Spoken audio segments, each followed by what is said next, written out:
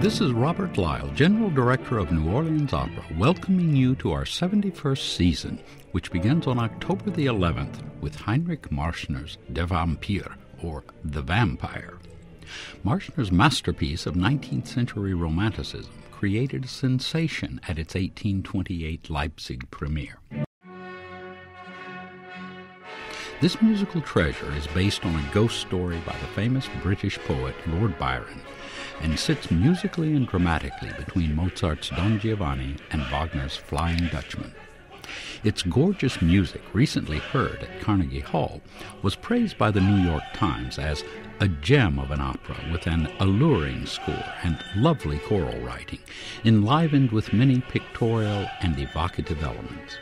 Der Vampir was a great influence on composers and writers of the Romantic era, but our production will present this exhilarating supernatural tale in contemporary New Orleans, the setting for so much of the current fascination with stories vampiric.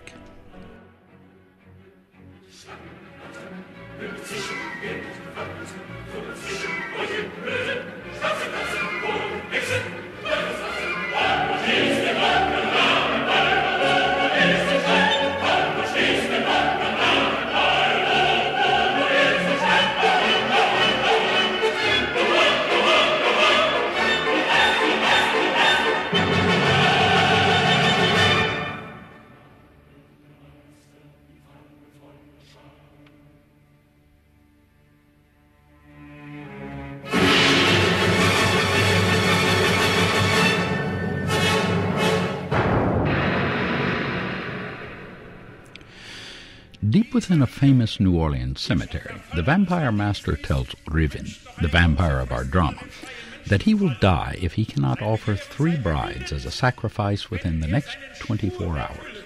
If he can, he will be granted another year of life. The clock strikes 1, and though she is to marry another man the following day, Riven's first young victim, Yante, arrives for a clandestine meeting. Her father, Berkeley, has discovered that she is missing and is searching for her with his men. She and Riven hide, and her screams soon alert the searchers, who discover her body and the vampire.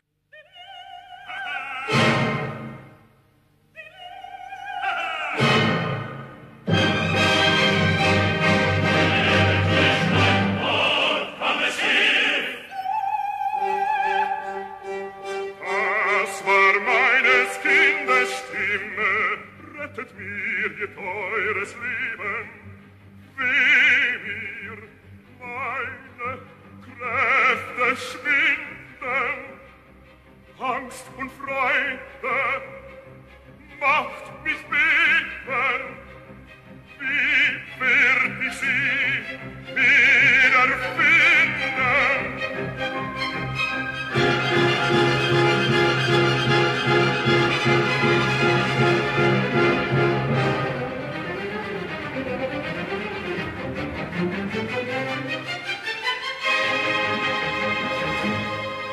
Räuber meines Kindes, hier nimm deiner Taten Lohn. Ah!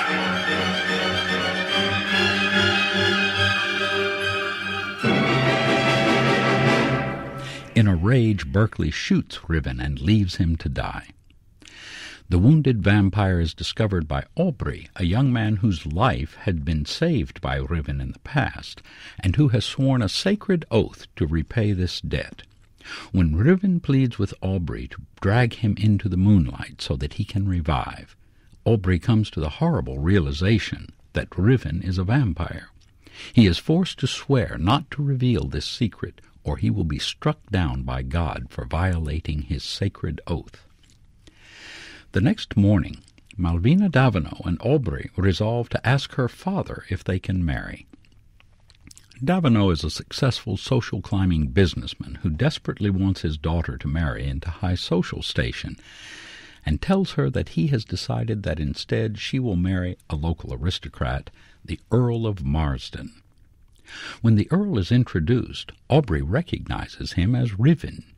The Earl says that he is Riven's brother, who has been abroad for some time, but Aubry recognizes a wound that proves that this man is really the vampire. When Aubrey threatens to reveal him, Riven reminds him of his oath and the consequences for breaking it.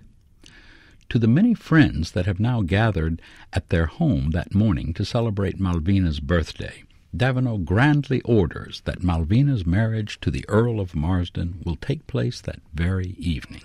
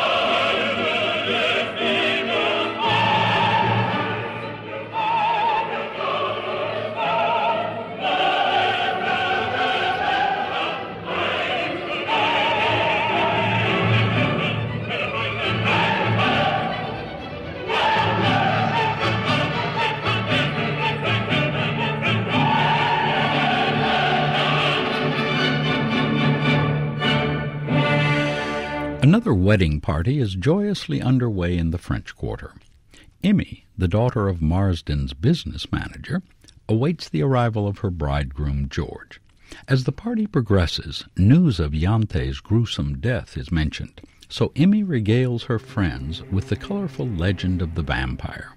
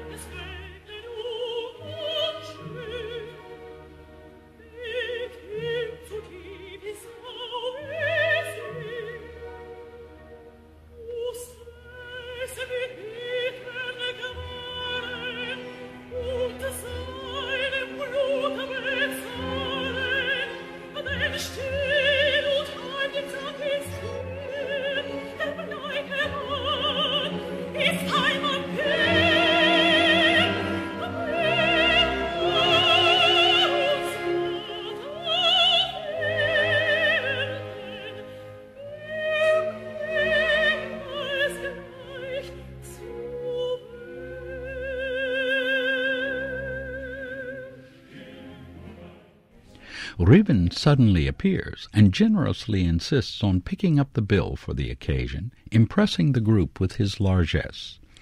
Emmy is mesmerized by Riven's wealth and social class, and very flattered at all the attention that he directs toward her. Riven flirts with Emmy until, interrupted by George's arrival, he departs, but not before extracting a promise from Emmy that she will dance with him later. Aubrey has followed Riven to persuade him to give up his claim to marry Malvina, but is reminded of his fate if he breaks his oath. Then, in a powerful soliloquy, Riven rails against the torments that a vampire faces, both on earth and in hell. The need for blood means that one can live only by destroying those around you, including those you love. Even in hell, the spirits of the damned are terrified of vampires. It's obviously sad to have so few friends.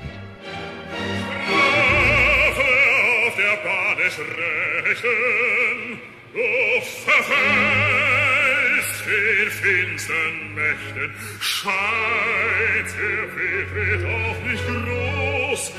Bist du einmal erst gefunden, enger Stieg stets wirst du umsponnen, und die Hölle lässt nicht los. Denn ich für mein Verschulden martervollen Strafe dulden, was kann Ärgeres geschehen?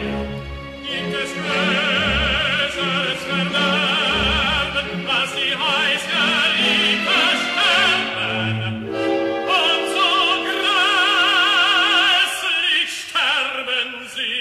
Meinst du?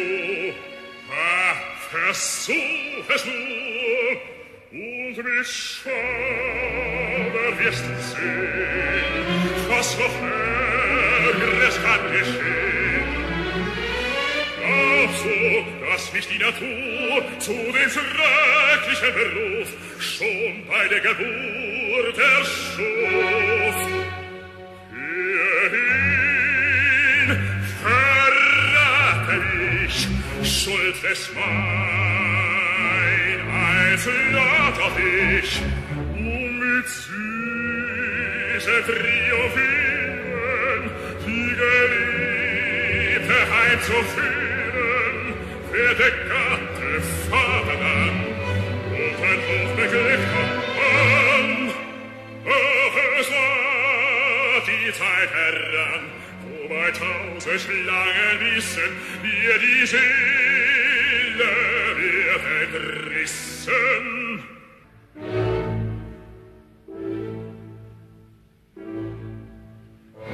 Du starrst, du stehst entsetzt vor mir. Ich zeichnete nach der Natur, meine eigene Geschichte erzählte ich dir. Jetzt geh hin, geh hin, geh hin, und brich deinen Schwur.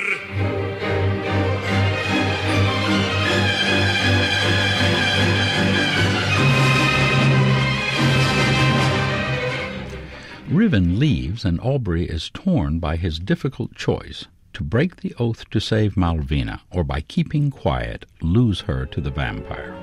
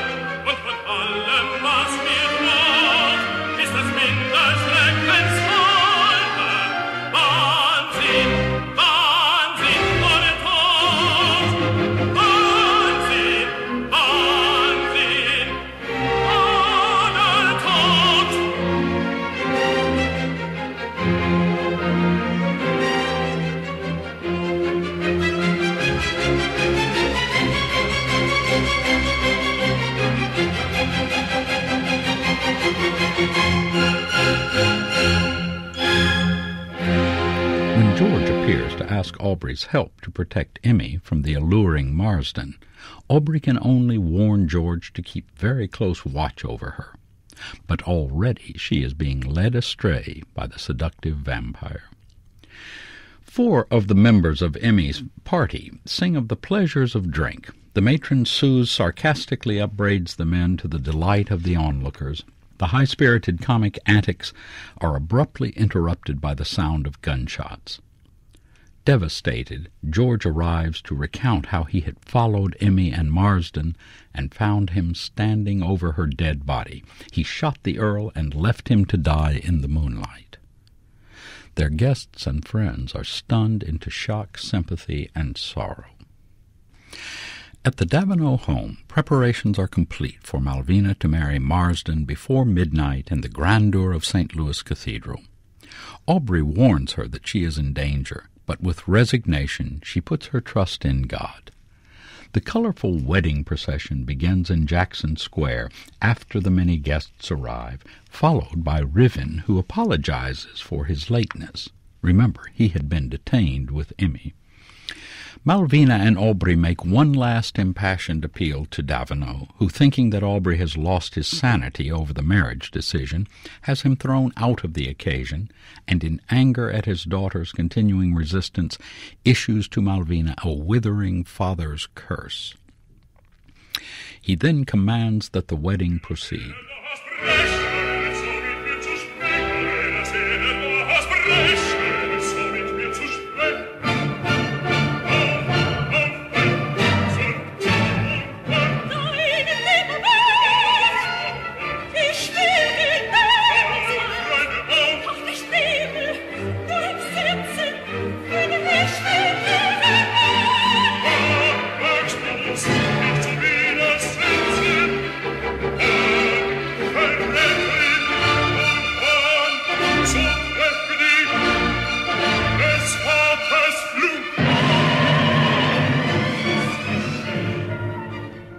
Final desperate attempt to stop the wedding, Aubrey forces his way back in, now willing to reveal Riven's secret at no matter what cost to himself.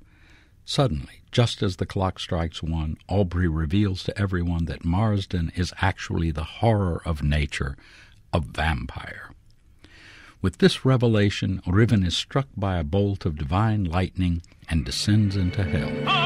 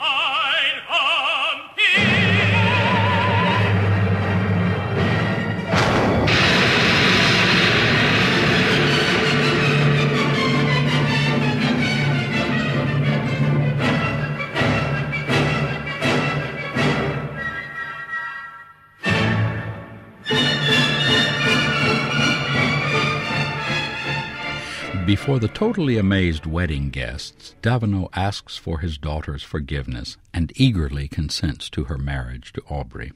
This is met with great rejoicing and a closing chorus thanking the Almighty for protecting man from evil.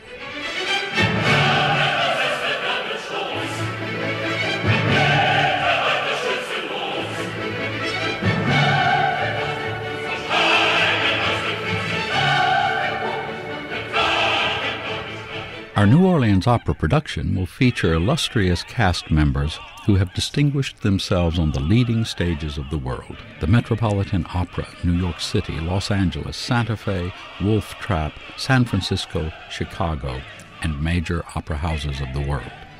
Join us for this exciting production. This season, get bitten by opera.